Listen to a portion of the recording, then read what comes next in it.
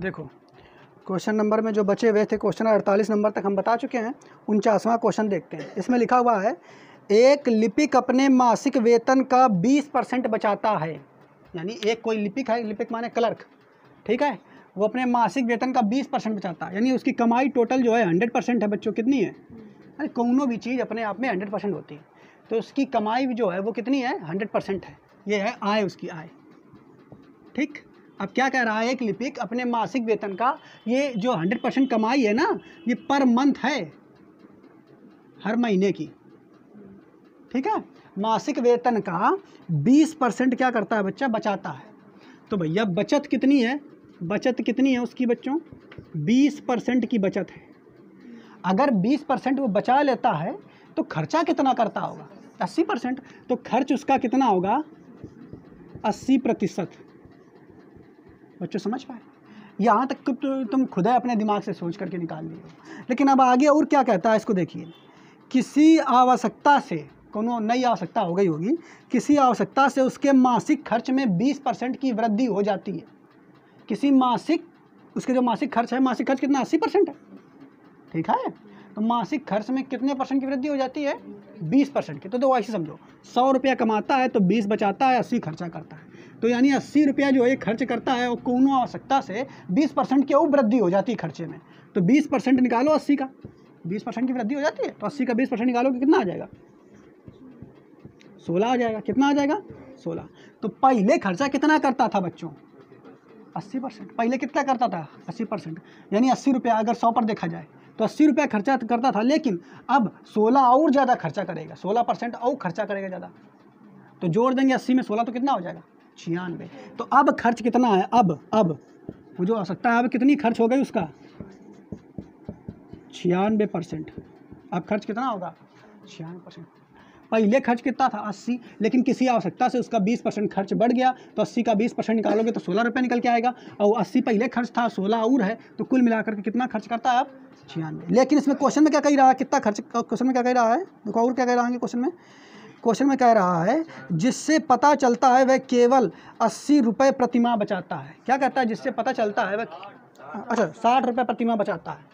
जिससे पता चलता है वो केवल 60 रुपये प्रतिमाह बचाता है। अच्छा, कैसे 60 रुपये? वो क्वेश्चन में कही रहा 60 रुपये प्रतिमाह बचाता है, लेकिन तुम देखो आय कितनी है? 100 की, और खर्चा अब कितना हो गया? 96 का। तो कितने परसेंट अब बचाता है? 4% जो है ये बचाता है। लेकिन क्वेश्चन में क्या कही रहा? 60 रुपये बचाता है। क्या कही रहा है? 60 रुपये बचाता है। तो भैया यही 4% की वैल्यू तो 60 हो गई। तुम कही रहे हो 4% बचाता है, क्वेश्चन कही रहा है 60 रुपये बचाता है, तो 4% ही तो 60 के बराबर होगा। अब बस पूछा क्या है, तो उसका मासिक वेतन कितना है? मासिक वेतन के लिए क्या करेंगे?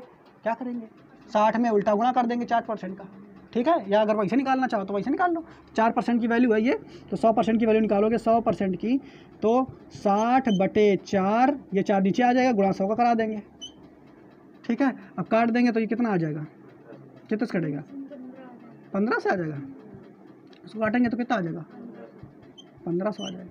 तो ऑप्शन कौन सही हो जाएगा? C number. ठीक है बच्चों, इस तरीके से ये लगेगा। ये डायरेक्ट आप कर लेते तो वैसे भी लग जाता। नोट कर लो इसको। देखो अगला क्वेश्चन है हमारा 50वां। हाँ, एक क्वेश्चन है 50वां में कह रहा है एक व्यक्ति अपने आय का 66.3% खर्च करता है। यानी एक व्यक्ति है आय का 66.3% खर्च करता है।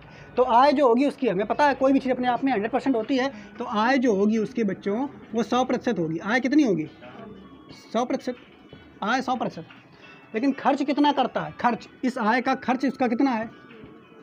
खर्च है 66.2/3%। ठीक है, तो अगर खर्च इतना है तो आप क्या करोगे? अगर परसेंट में निकालोगे तो 100 में से इसको घटा दोगे तो परसेंट में वो निकल के आ जाएगा उसका बचत। क्या निकल के आ जाएगा? नहीं समझ पाया। लेकिन क्या ये परसेंट से ये घटाना, फिर जो परसेंट आएगी, बड़ा जो कैलकुलेशन है वो बहुत ज़्यादा वैसी हो जाएगी, जटिल। समझ रहे हो कि नहीं? तो आप क्या करो, इस वाले जो मान को आप भिन्न के रूप में तोड़ लो। किस रूप में तोड़ लो? जब भी कभी ऐसी कोई फ्रैक्शन आए, सॉरी ऐसा कोई परसेंटेज आए सही वाला, तो उसको आप भिन्न में बदल लो। तो भिन्न में बदलने के 2 तरीका है। एक तो बेसिक मेथड है। ठीक है, बेसिक मेथड क्या है? इसका इसमें गुणा कराओ, इसको जोड़ दो और 100 से भाग लगा लो। तो वैसे भी कर सकते हो अपना। ठीक, तो इस करोगे अगर इसको तो 66 कितने हो जाएंगे बच्चा? 6 × 18 8 हासिल 1 6 18 और 1 19, 18 में 200 आ जाएगा ना, तो हो जाएगा 200/3 और गुणा 1/100 कर दोगे, तो काटोगे बच्चा तो 2/3 का ये मान हो जाएगा। किसका मान हो जाएगा? 2/3 का। ठीक है, नहीं समझ में आया? ठीक, 2/3 का मान है ये। अब अगर ये जो 2/3 के बराबर है, तो एक चीज़ समझो, अगर हम 100% को फ्रैक्शन में बदलें, 100% को, तो फ्रैक्शन में 100% कितना होता है बताओ? 1 होता है। तो भैया ये 100% जो है, ये 100% जो है, एक के तो बराबर होगा कि नहीं? हम देखो इसको 100% से ही कर सकते थे, लेकिन कैलकुलेशन थोड़ा जटिल हो जाएगा अगर हम परसेंट पे करेंगे, तो इसलिए हम इसको परसेंट पे नहीं करेंगे, हम इसको रेशियो पर करेंगे। ठीक है, 100% का मतलब होता है 1, 100% का मतलब क्या होता है? 1 में जो वो खर्च करता है, तुम्हारे क्वेश्चन में क्या है? 66 सही 2/3% खर्च करता है, लेकिन तुम इसको रेशियो में बदलोगे तो 2/3 भाग वो खर्च करता है। नहीं समझ में आया? हमने क्या कहा? एक व्यक्ति जो खर्च करता है किसी रुपया में, वो कितना खर्च करता है? 66 सही 2/3, लेकिन हम कह रहे हैं ना इतना नहीं खर्च करता है, वो 2/3 खर्च करता है। तो कमाता कितना होगा? 100% कमाता है, 100% को हम क्या कहते हैं?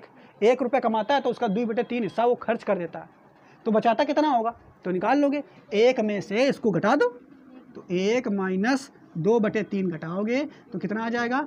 1/3 रुपया वो बचाता है।